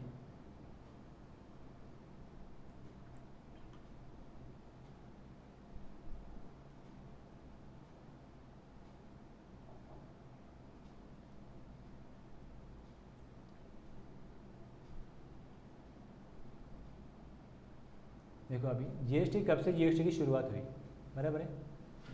अब जीएसटी का लॉ कानून जो है पास हुआ और एप्लीकेबल हुआ जीएसटी 1 जुलाई 2017 से, और कश्मीर के लिए 8 जुलाई 2017 से एप्लीकेबल हुआ। कोई भी कानून कश्मीर में पास करना है तो आसान नहीं है, क्योंकि जब कश्मीर बनाया गया तब उसमें उन्होंने ऐसे लिख के लिया इंडियन गवर्नमेंट से कि अगर कोई भी कानून आप बनाओगे तो हमारे ऊपर इन्फोर्स नहीं कर सकते। कश्मीर के जो एरिया है वहाँ पे इन्फोर्स नहीं करते। अगर वो उसकी जो वहाँ की स्टेट गवर्नमेंट है वो अगर उसको एक्सेप्ट कर दिए तो ही आप वो कानून वहाँ पे एप्लीकेबल कर सकते हो। तो हमारे लिए हमारे कानून होंगे, हम इंडिया का पार्ट होंगे। तो धारा 370 जो है ना, उसमें यही लिखा गया, लिखवा के लिया उन्होंने कि आप लिखो आपके कॉन्स्टिट्यूशन में, आपके संविधान में लिखो कि कश्मीर के लिए कोई भी कानून बनाया जाएगा तो कश्मीर के जो भी स्टेट गवर्नमेंट की अगर परमिशन है तो ही बनाया जाएगा, नहीं तो नहीं बनाया जाएगा। अब गवर्नमेंट ने उसको ही हटा दिया संविधान से 370 को, तो फिर वो कुछ नहीं कर सकते। लद्दाख अलग बना दिया, कश्मीर अलग बना दिया, और 370 है ही नहीं। ये सारी चीज़ें संविधान में है। तो इसके लिए फिर कश्मीर के लिए जीएसटी 1 जुलाई से एप्लीकेबल करना मुश्किल था, तो उनको बनाने में और 8 दिन लगे, 7 दिन लगे, और फिर वो 8 जुलाई 2017 से कश्मीर के लिए भी एप्लीकेबल हो गया। आप कोई भी कानून पढ़ोगे ना तो उसमें लिखा जाता है कि ये कानून एप्लीकेबल है पूरे इंडिया के लिए और इंक्लूडिंग जम्मू एंड कश्मीर या एक्सेप्ट जम्मू एंड कश्मीर, ऐसा लिखना पड़ता है। क्योंकि कश्मीर के लिए कोई भी लॉ नया अगर लगाना है तो सोचना पड़ेगा, संविधान में वैसे एंट्री है इसके लिए। In the year 2000, the then Prime Minister introduced the concept of GST and set up a committee to design GST model for the country. 2000 में शुरुआत हुई GST के प्रोसेस की। 2006 announcement by Union Finance Minister during budget of 2006-07 that GST would introduce from 1st April 2010. तभी Chidambaram finance minister थे, उन्होंने ये कहा। अब 2006 की जो बात है ना, तब जीएसटी वैट भी एप्लीकेबल नहीं हुआ था पूरे कंट्री में, वैट भी एप्लीकेबल नहीं हुआ था। लेकिन जिस तरीके से हम पूरे दुनिया से व्यापार करते, मतलब कुछ चीज़ें खरीदते भी और बेचते भी, अब जो भी बिजनेस है वो सिर्फ कंट्री टू कंट्री नहीं रहा, मतलब विद इन कंट्री नहीं रहा, वो पूरे देश में ग्लोबलाइजेशन है। तो इसमें अगर दूसरे कंट्री से आप कुछ खरीदते हो, बेचते हो, या दूसरे कंट्री की जो कंपनी है उनको बोलते हो कि इंडिया में आके यहाँ पे आप प्लांट लगाओ, यहाँ पे आके अपना बिजनेस करो, तो उसमें वो क्या बोलते थे कि आपके पास तो वैट है, आपके पास सेल टैक्स है, अभी चल रहा है, सेल टैक्स है, सर्विस टैक्स है, फिर लोकल बॉर्डर टैक्स है, ऑक्ट्रा है, इतने सारे टैक्सेशन है, तो उसके लिए लोग रखो, उनसे काम करवा के लो, उतनी फॉर्मेलिटीज़ करो, इसमें हमारा बहुत टाइम जाता है। तो आप पहले क्या करो, एक ही कानून बनाओ, goods and services tax act, goods के लिए अलग कानून, गुड्स के लिए 3-4 कानून, सर्विस के लिए अलग कानून, ये सारी चीज़ें बिजनेस छोड़ के उसे करने में हमारा पूरा एनर्जी टाइम वेस्ट हो जाता है। तो आप पहले क्या करो, सुधार लाओ। दुनिया में देखो कौन से कानून चल रहे हैं, तो समझो 250 के आसपास कंट्री है पूरे इंडिया, पूरे वर्ल्ड में, तो उसमें से तो 150 जो कंट्री है उसमें तो जीएसटी आ गया, लेकिन आपके पास अभी पुराने कानून चल रहे हैं। छोटी कंट्री है, अपने यहाँ पे छोटा स्टेट कौन सा है, समझो गोवा में, समझो छोटा है, तो गोवा जैसे भी अगर कोई स्टेट हो, कोई कंट्री होगी, उनके लिए नया कानून लाना, इम्प्लीमेंट करना कोई बड़ी बात नहीं है। लेकिन इंडिया में जितना पॉपुलेशन है, जितने स्टेट है, जितने लोग हैं, जितनी सोच है, वहाँ पे कोई भी नया कानून लाना एक बहुत बड़ी लंबी प्रोसेस होती है। तो 2000 में अगर गवर्नमेंट को मालूम पड़ा था कि जीएसटी लाना चाहिए, लेकिन उसके ऊपर कुछ ज़्यादा काम नहीं हुआ, सिर्फ कमेटी बनाई है, बाकी कुछ नहीं। फिर चिदम्बरम ने आगे जाके अनाउंसमेंट किया कि हम कानून बनाएंगे 2006 में। उसके बाद ज़्यादा कुछ हुआ नहीं बताने जैसा। फिर गवर्नमेंट चेंज होगी, बीजेपी की गवर्नमेंट आ गई, ओके, कमेटी ने रिकमेंडेशन दिया, जो भी हुआ, उसके बाद में तो कानून पास करना जिम्मेदारी किसकी होती है, सेंट्रल गवर्नमेंट की, स्टेट गवर्नमेंट की। और ये कानून बनना था, ये सेंट्रल और स्टेट दोनों का बनना था। कुछ कानून क्या होते हैं, सिर्फ स्टेट के होते हैं, तो एरिया कम है, लोग कम है, इफेक्ट होगा वो कम लोगों के ऊपर होगा। लेकिन जब एक अब बड़ा रिफॉर्म करने जा रहे हो, 135 करोड़ जनता है, उसके ऊपर उसका प्रभाव पड़ने वाला है, तो इसके लिए टाइम लगता है। तो फिर गवर्नमेंट ने, बीजेपी गवर्नमेंट ने क्या किया, पहले अपने कॉन्स्टिट्यूशन में कुछ चेंजेस करवाने जरूरी थे। एक ही लॉ एप्लीकेबल होना है दोनों के लिए, तो कॉन्स्टिट्यूशन में ऐसी कोई एंट्री नहीं थी कि एक ही कानून दोनों इम्प्लीमेंट करेंगे। कोई कानून को पास करना है तो अगर स्टेट में भी पास होना चाहिए, या कोई कानून सेंट्रल में भी पास होना चाहिए, तो इस तरीके से कुछ होता था। लेकिन अभी ये जो है, ये कानून, ये दोनों इम्प्लीमेंट करेंगे और कंटिन्यूसली इम्प्लीमेंट होता रहेगा। तो कॉन्स्टिट्यूशन में ऐसी एंट्री नहीं थी। तो कॉन्स्टिट्यूशन में पहले 122nd अमेंडमेंट बिल लाया गया लोकसभा में, 122nd, मतलब जब कानून बना उससे पहले 121 अमेंडमेंट हो चुकी थी। 121 बार बिल को अमेंड करने के लिए बिल लाया गया था। ये 122वां कुछ बदलाव था, वो बदलाव लाने के लिए बिल लाया गया कि जीएसटी कानून को जो भी है वो हमको एप्लीकेबल करना है। लेकिन वो एप्लीकेबल करने के लिए कॉन्स्टिट्यूशन में एंट्री नहीं है, कॉन्स्टिट्यूशन परमिट नहीं कर रहा है, संविधान बदलना पड़ेगा तो ही होगा ये।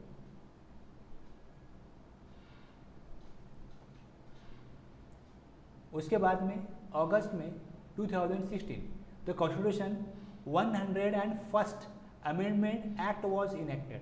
अब देखो यहाँ पे क्या लिखा है, 122, यहाँ पे 101। जब बिल प्रेजेंट किया जाता है, जरूरी नहीं वो पास हो, वो खारिज किया जाएगा, क्योंकि गवर्नमेंट के पास मेजॉरिटी नहीं है। लोकसभा में तो पास हो जाएगा, राज्यसभा में मेजॉरिटी नहीं है। तो वो जो बिल था 101वां, इससे पहले 100 बिल जो है वो बिल से कानून में, एक्ट में कन्वर्ट हो पाए, और 21 जो ऐसे थे जो नहीं पास हुए।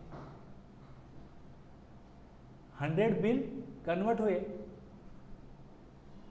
एक्ट में, और 21 बिल कन्वर्ट नहीं हो पाए।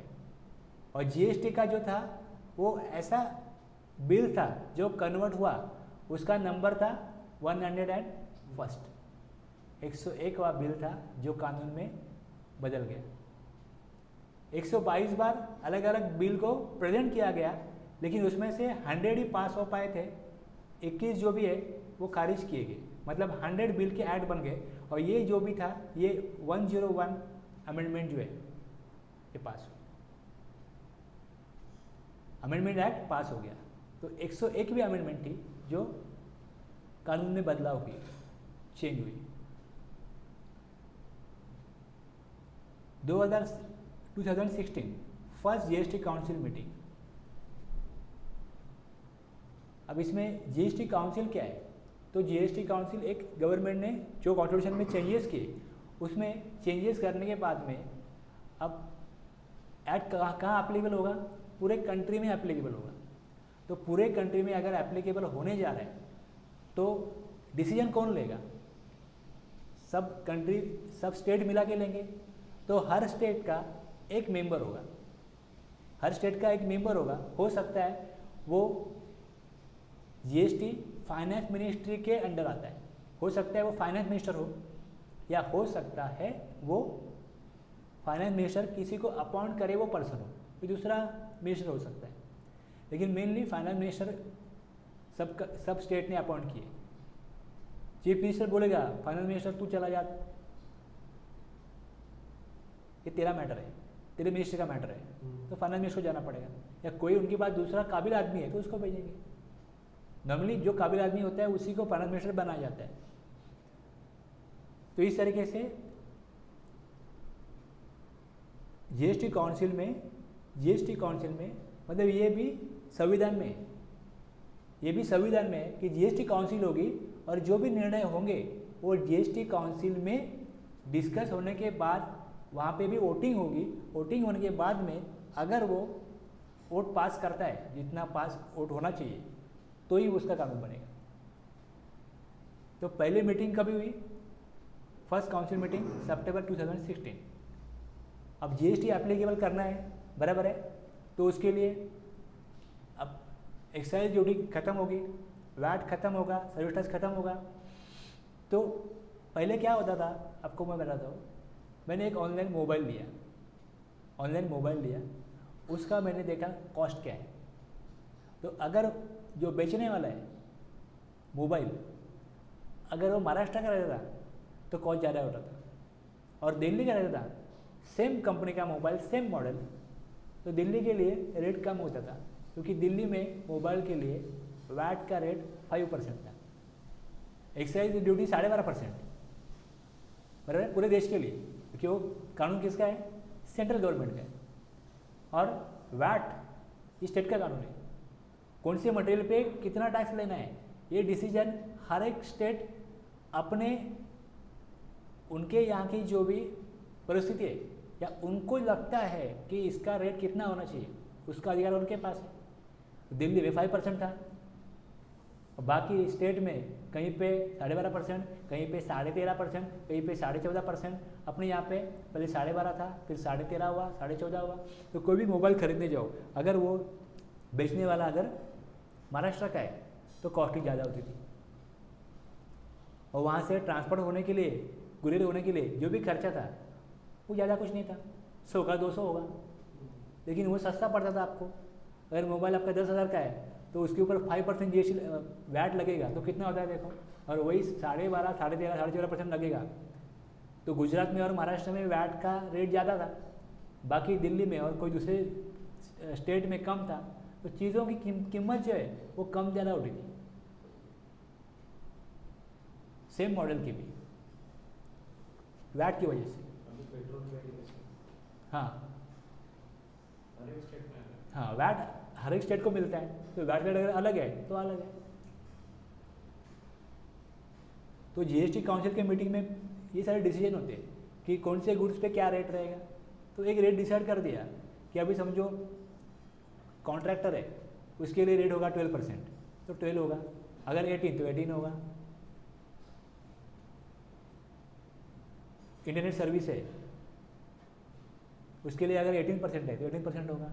ट्रांसपोर्टर है, उसके लिए 5% होगा तो 5% होगा। तो जो भी रेट है ये जीएसटी काउंसिल के मीटिंग में डिस्कस होते हैं। फिर उसके बाद में अब जीएसटी काउंसिल का हेड कौन होता है? सेंट्रल गवर्नमेंट का फाइनेंस मिनिस्टर, वो फिर अनाउंस करता है। ऐसे आज तक कुछ 43-44 मीटिंग हुई जीएसटी काउंसिल की 4 साल में। तो हर महीना वो मीटिंग लेते हैं, ऐसा उनका मतलब प्लानिंग है कि हर महीना एक तो मीटिंग लेंगे। अब कोविड की वजह से कुछ बीच में कुछ महीने मीटिंग नहीं हुई, लेकिन फिर ऑनलाइन मीटिंग भी लेते हैं वो, और उनका डिसीजन चलता रहता है, काम चलता रहता है। GST council recommends CGST, HGST, IGST, UTGST and compensation cess bill. ये बिल उन्होंने मार्च 2017 में ये बिल जो है वो बनाए।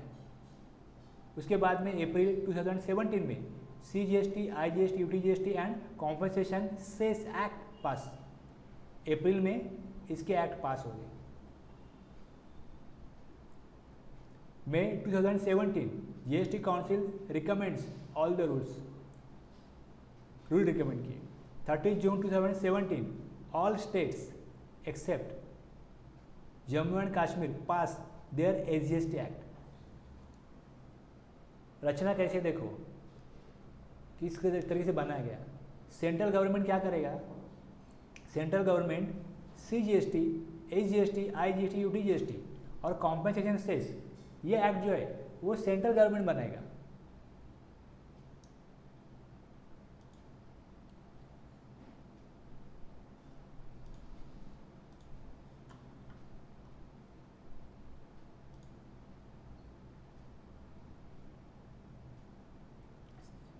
ये किसके एक्ट है, सेंट्रल गवर्नमेंट के। Central goods and services tax act, integrated goods and services tax act, union territory goods and services tax act और GST compensation act. Central government को टैक्स मिलने वाला है CGST, तो उसका जो बिल है वो बनाएगा सेंट्रल गवर्नमेंट। और स्टेट गवर्नमेंट को क्या मिलेगा, HGST। तो उसके लिए हर एक state, Maharashtra goods and service tax act, ऐसे महाराष्ट्र के कानून का हम लोग उसको शॉर्ट में बोलते हैं HGST, मतलब स्टेट के लिए। लेकिन हर एक स्टेट का अपना नाम रहता है। गोवा है तो Goa goods and service tax act, तो उनके लिए उनके इसमें वो HGST नहीं होता, उनके लिए वो गोवा GST होता है, लेकिन कानून में लिखा जाता है HGST। तो वो हर एक स्टेट को पास करना था। जैसे सेंट्रल गवर्नमेंट अपना कानून पास करेगी और संविधान में बदलाव किया कि जब इसको लाया जाएगा तो बाकी टैक्स स्टेट गवर्नमेंट नहीं ले सकती। अगर वो टैक्स आप नहीं ले सकते 1 जुलाई से, ऐसा अगर पास हो गया सेंट्रल से ही, तो फिर जो टैक्स है वो नहीं ले सकते। तो 1 जुलाई से अगर HGST कलेक्ट करना है तो HGST का कानून बनाना पड़ेगा। तो वो कानून पास करने की जिम्मेदारी हर एक स्टेट की है। फिर आगे के प्रोसेस में ऑल स्टेट ने पास किया 30 जून तक। जम्मू कश्मीर का मैंने बताया आपको कि 8 जून से एप्लीकेबल हुआ। 1 जुलाई GST लॉन्च, 8 जुलाई HGST act pass by J&K and IGST ordinances promulgated to extend GST to Jammu and Kashmir.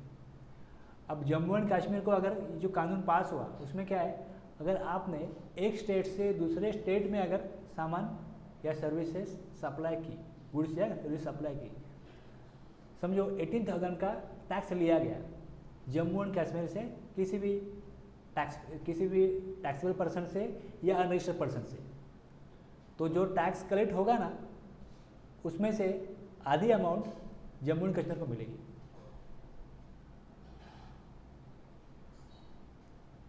अब जम्मू एंड कश्मीर में तो सब चीज़ें बनती नहीं है, सब सर्विसेज वहाँ होती नहीं है, तो उनको दूसरे स्टेट से लेना ही पड़ता है।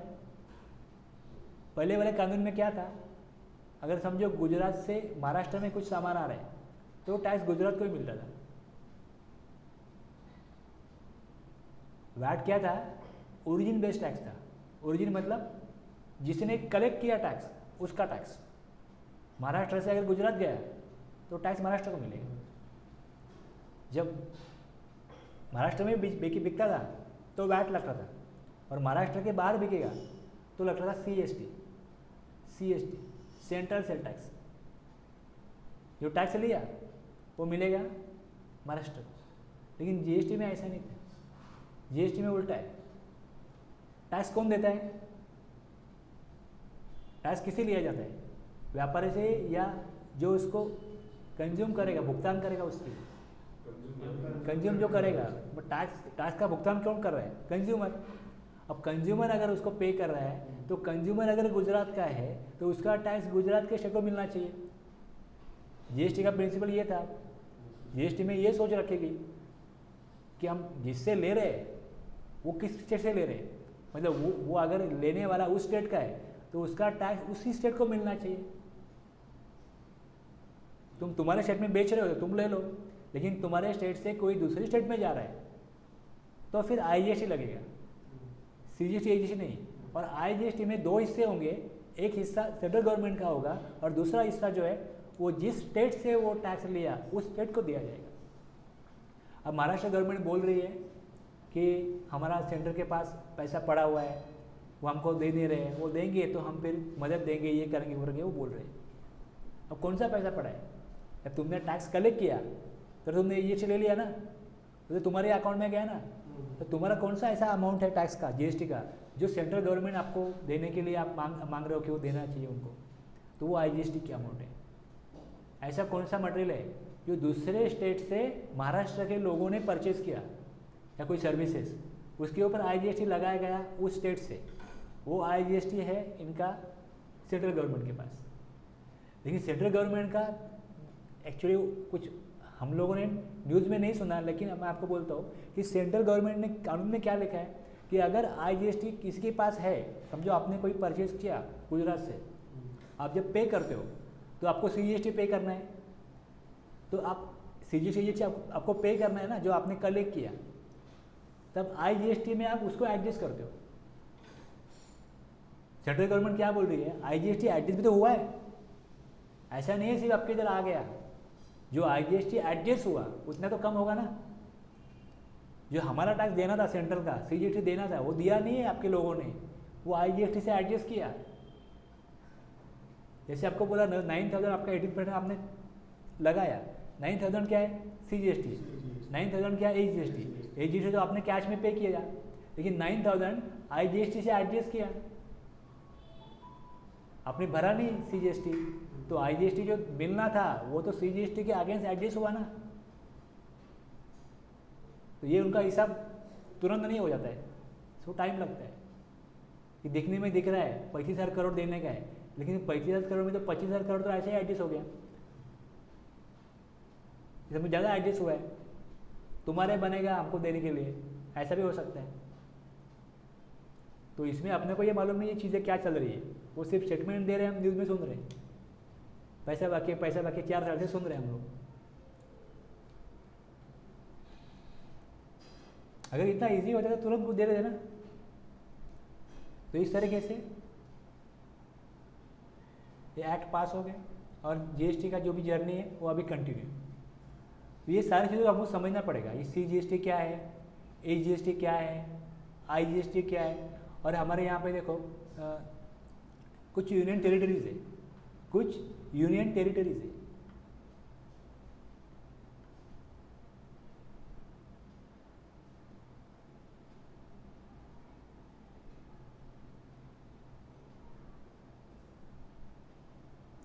जहाँ पे दिल्ली यूनियन टेरिटरी है, पुडुचेरी, सॉरी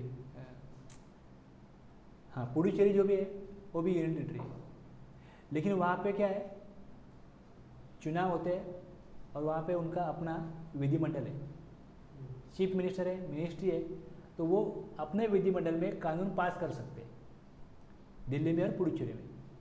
और बाकी समझो अभी लद्दाख बन गया और जो भी यूनियन टेरिटरीज है वहाँ पे चीफ मिनिस्टर नहीं होता, मिनिस्ट्री नहीं होती वहाँ पे, और कोई कानून पास नहीं किया जा सकता।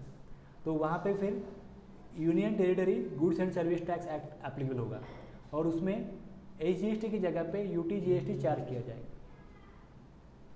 यूटीजीएसटी, सीजीएसटी है वो सेंट्रल गवर्नमेंट ने पास किया और जितने भी स्टेट है उन्होंने एजीएसटी पास किया, और जहाँ पे एजीएसटी पास करने के लिए वैसी व्यवस्था ही नहीं है उसके लिए यूटीजीएसटी का एक्ट सेंट्रल गवर्नमेंट ने बनाया।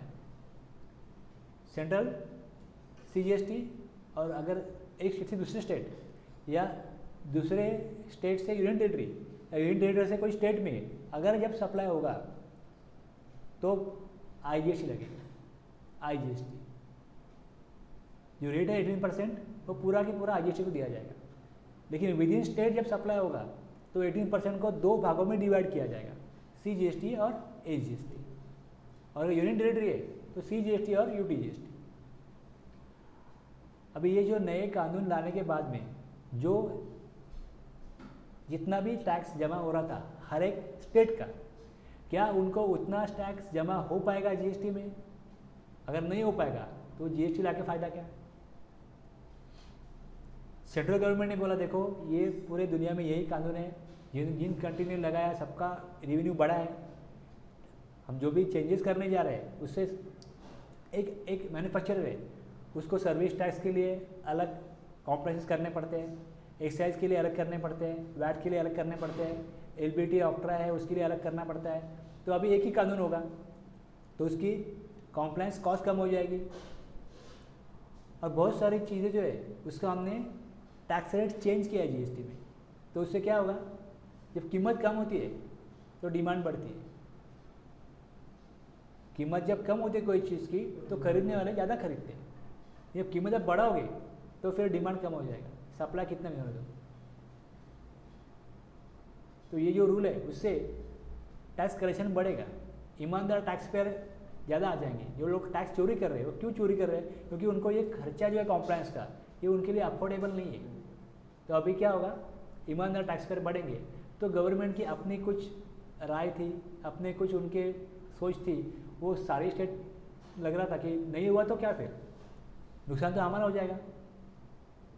जो हमारे जितने भी एम्प्लॉयज़ है उनको पेमेंट तो उसी में देना है, हमको डेवलपमेंट भी करना है। तो अगर टैक्स का जो कलेक्शन है कम हुआ तो गवर्नमेंट ने बोला उसके लिए हम कॉम्पेंसेशन बनाते हैं, कॉम्पेंसेशन एक्ट। आपको उसका जो भी नुकसान होगा उसका आपको कॉम्पेंसेशन, नुकसान भरपाई दी जाएगी। उसके लिए वो सेस लगा सकते हैं, compensation act, GST compensation act. तो वो भी फिर उन्होंने वाला पे ऐसा बोल के नहीं होगा, उसका भी कानून बना, तो इसका भी कानून बना है। तो इसके लिए 4 जो भी कानून है ये सेंट्रल गवर्नमेंट के, central goods and services tax act, integrated goods and services tax act, union territory goods and services tax act और GST कॉम्पेंसेशन एक्ट। अब इसमें जैसा हम देख रहे हैं अभी कि CGST और HGST ऐसा हम ले रहे हैं, इसको बोलते हैं ड्यूअल GST मॉडल, इसको बोलते हैं कॉन्करेंट ड्यूअल GST मॉडल। अब चाइना में ऐसा नहीं है, चाइना में एक ही टैक्स लगाया जाता है। टैक्स जो भी लेवी करता है, tax levied by central and starting and sharing of revenue with state. पूरा टैक्स सेंट्रल गवर्नमेंट ले लेती है और स्टेट के लिए कुछ अमाउंट दे देती है। हमारे यहाँ पे वैसा नहीं है, स्टेट बोलते हैं हमारा अपना अधिकार है, तुम कानून लेके आओगे और हमारा टैक्स लोगे और फिर हमको ही बोलोगे ले लो, हमारे पास चाहिए। कानून दोनों जो भी इम्प्लीमेंटेशन है लॉ का दोनों मिलकर करेंगे, लेकिन हमारा जो हिस्सा है वो हम अलग रखेंगे। तो हमारे लिए तो नेशनल GST अवेलेबल नहीं था जो चाइना में या ऑस्ट्रेलिया में। दूसरा स्टेट GST, जैसे tax levied by state and retain by the state themselves. State अपना टैक्स लगाएगा और खुद ही रखेगा। सेंटर ने बोला एक्साइज तो हमारा था, सर्विस टैक्स तो हमारा, वैट ही तुम्हारा है, तो ऐसा तो हो नहीं सकता कि स्टेट GST लगाए और ले ले, या फिर स्टेट टैक्स कलेक्ट करके सेंट्रल को दे, ये भी पॉसिबल नहीं है। जैसा सेंट्रल बोल रहे हैं हम लेंगे आपको देंगे, पॉसिबल नहीं है, तो वो भी अपने लिए सूटेबल नहीं था। दूसरा centre levied GST on services and state levied GST on goods, ये दुनिया में कहीं पे भी नहीं है ऐसा इस तरीके से, तो वो मॉडल भी पॉसिबल नहीं था। तो चौथा मॉडल जो है जो कनाडा में है, ब्राज़ील में है, ड्यूअल GST मॉडल, कि सेंटर और स्टेट दोनों कुछ परसेंटेज दे ले। अपने यहाँ पे जो परसेंट है वो 50-50 है, लेकिन स्टेट मांग रहे थे कि 60% रेवेन्यू हमको दे दो, 40 आप रख लो, तो फिर 50-50 पे फाइनल हुआ। ये आगे जाके चेंज भी हो सकता है, अभी 18% है, इसका कुछ चेंज भी हो सकता है। कल अगर सेंट्रल ऐसा मतलब कानून में ऐसा है कि 1% वो कम ज़्यादा कर सकते हैं, उनको लगेगा कि अभी 5% है, वो 6% होना चाहिए, तो मतलब 2.5 मिल रहा है इनको, तो ये कल 3.5 भी ले सकते हैं। स्टेट 2.5 सेंटर और 3.5 स्टेट, ऐसा भी हो सकता है आगे जाके।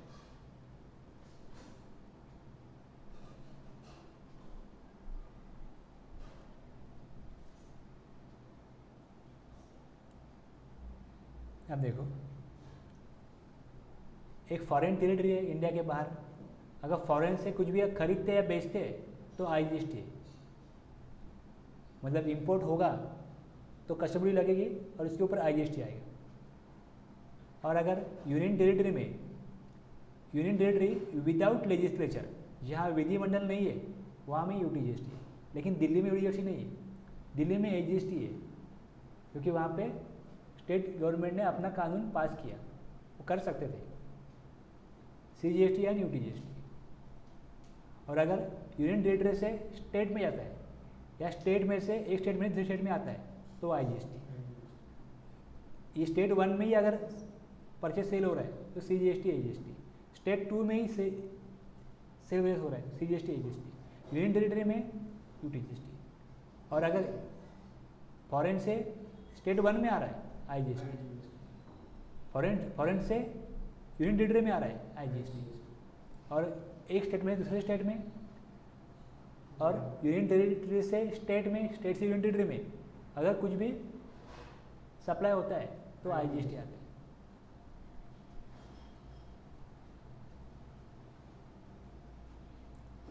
अंडमान निकोबार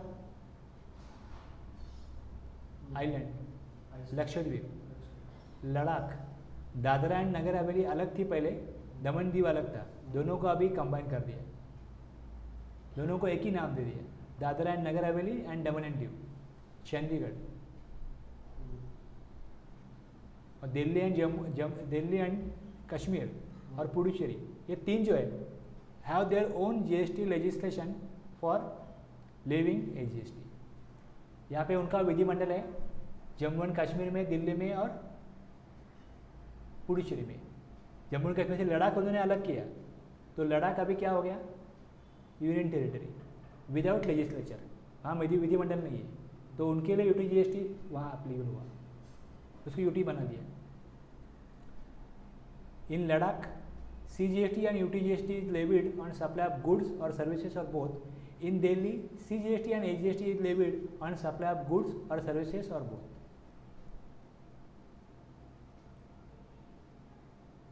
अब टैक्स कौन सा लगेगा ये तो फाइनल हुआ, टैक्स कौन सा लगेगा, लेकिन कितना परसेंट लगेगा, कौन से गुड्स पे कितना परसेंट लगेगा, इसके लिए गुड्स को क्लासीफाई करना पड़ता है, गुड्स को क्लासीफाई करना पड़ता है।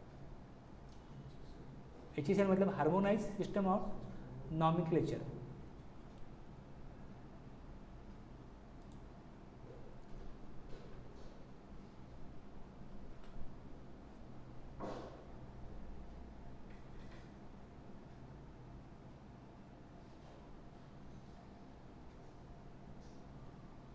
एक मैं लास्ट पॉइंट बताऊंगा और फिर आप आज का सेशन एंड करेंगे।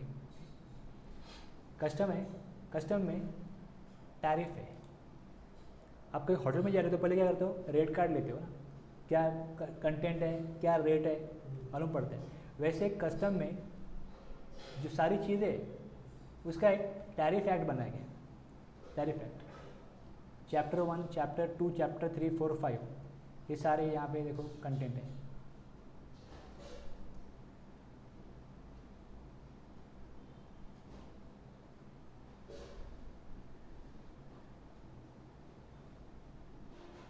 अब फुटवेयर देखो चैप्टर 64,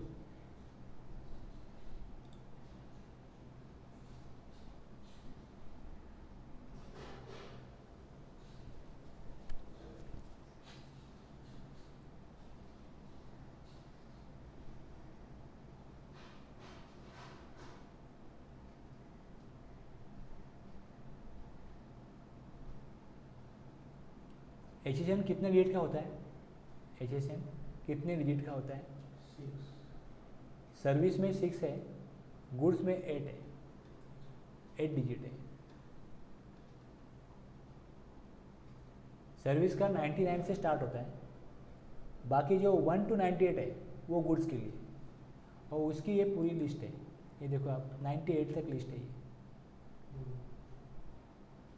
इसमें 21 चैप्टर है, ये सेक्शन जो है 21 है, उसके अंदर फिर चैप्टर 98 तक आता है। तो पहले देखोगे चैप्टर,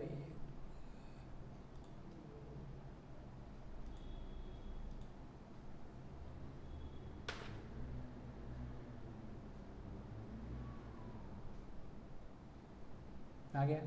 यहाँ पे कुछ नोट्स है इस चैप्टर में, क्या क्या होगा, क्या कवर होगा, क्या नहीं, ये सब दिया है। नीचे देखो, अभी नीचे देखो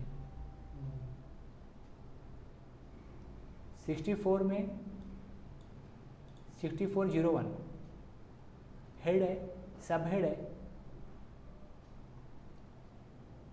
टैरिफ आइटम जो भी है। चैप्टर 64 है, तो पहले 64 चैप्टर, हेड, सब हेड, सी डी टी। देखो कोई आगे कोई टैक्स नहीं लिखा है, सी डी टी कोई आगे टैक्स नहीं लिखा है, लेकिन 8 डिजिट है, यहाँ पे आगे टैक्स लिखा है। ये अगर इंपोर्ट किया जाता है तो कस्टम ड्यूटी कितनी है? 35%। 6401 ये पहला हेड हो गया, waterproof footwear with outer source, ये हेड हो गया। ये 01, फिर 01 में 10, उसमें कुछ अलग अलग क्लासिफिकेशन है वो दिए हुए, और जो आइटम है वो ये है। अब 6101 में क्या था? Waterproof footwear. 6402 में other footwear with outer soles. 6403 है क्या आगे? ये देखो, फुटवेयर विथ आउटर सोल्स, कुछ और तरीके का। फिर 6403, 04 ऐसे अलग अलग यहाँ पे कैटेगरीज की। फिर उसमें और फर्दर कैटेगरी, फिर उसके अंदर चैप्टर, हेड, सब हेड, और फिर आइटम आता है। तो जो 8 डिजिट पूरा दिखता है ये आइटम है, लेकिन ये हेड वाला आइटम हो गया। उस नंबर से वो आइटम को रिकॉग्नाइज किया जाता है। आपका आधार नंबर है वो आप हो, वो नंबर दूसरे किसी और का नहीं रहेगा। एक आदमी का नाम, उसके पिताजी का नाम और उसका सरनेम, एक स्टेट में उस तीनों नाम होने है, ऐसे बहुत लोग हो सकते हैं ना? हो सकते हैं।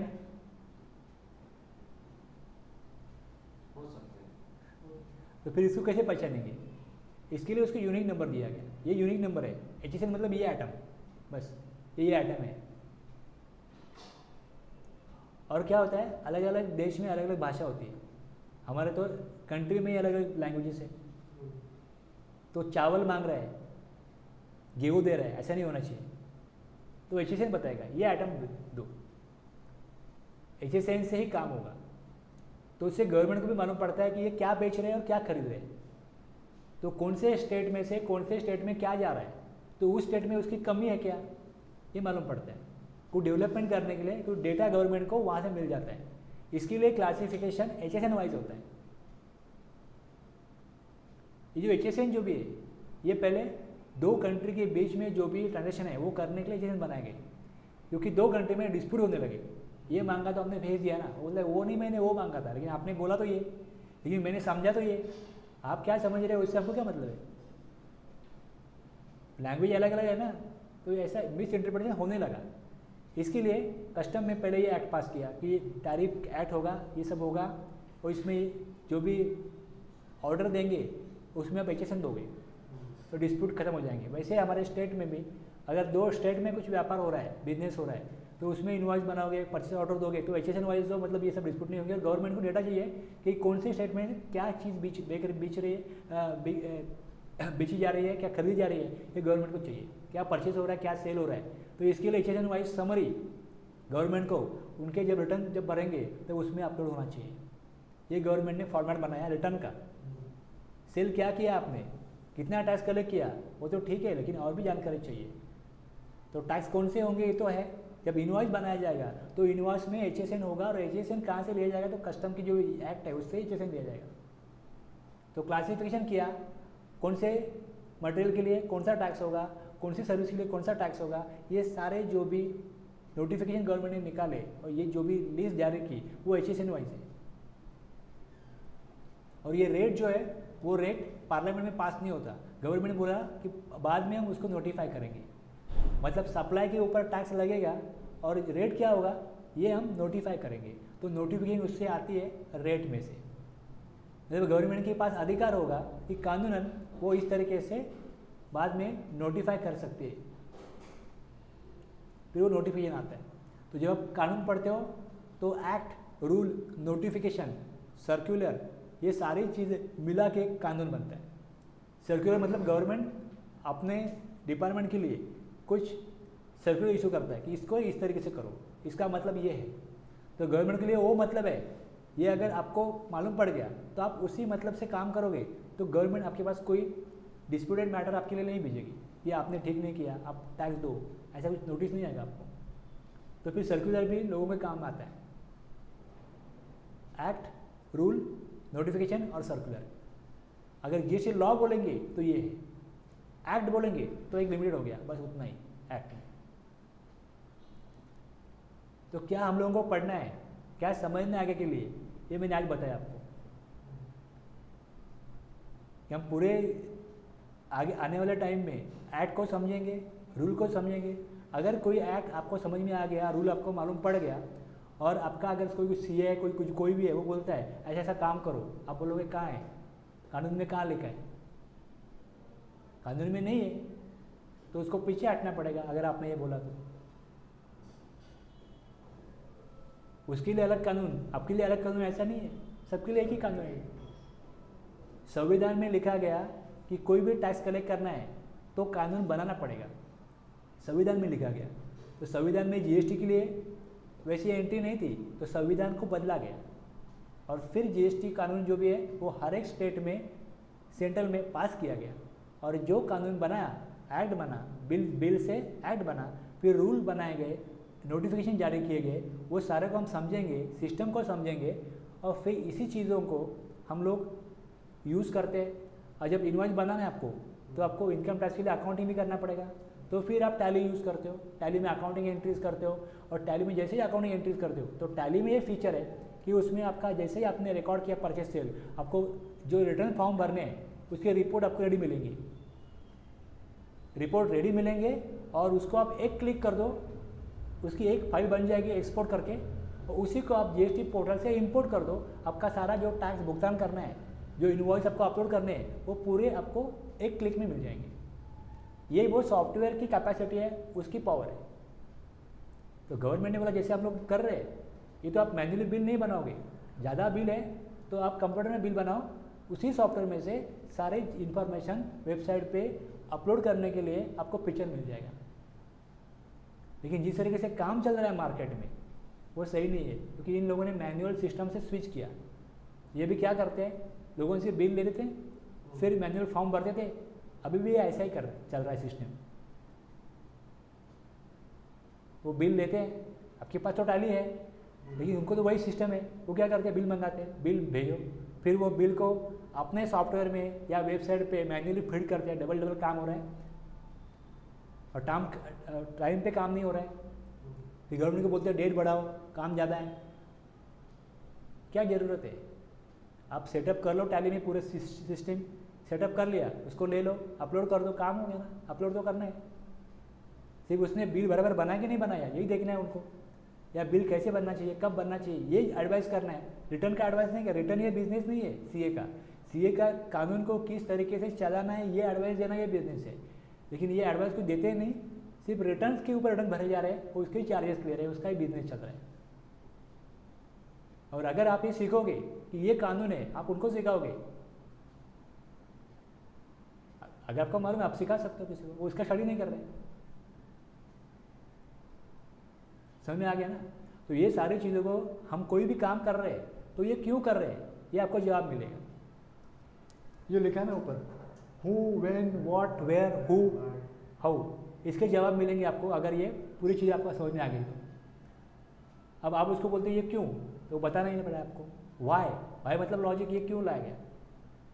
हाउ मतलब कैसे करना है, बस उसके ऊपर ही चल रहा है। हाउ मतलब प्रोसीजर, या ऐसे भर दो, हाँ लेकिन वो किसको करना है, क्यों करना है, कब करना है, ये सारी चीज़ें ये लॉ में लिखी हुई है, आइदर एक्ट में या रूल में, सारी चीज़ें लिखी गई। ठीक है, आपको बैकग्राउंड समझ में आ गया पूरा? तो रुकते हैं यहाँ पे।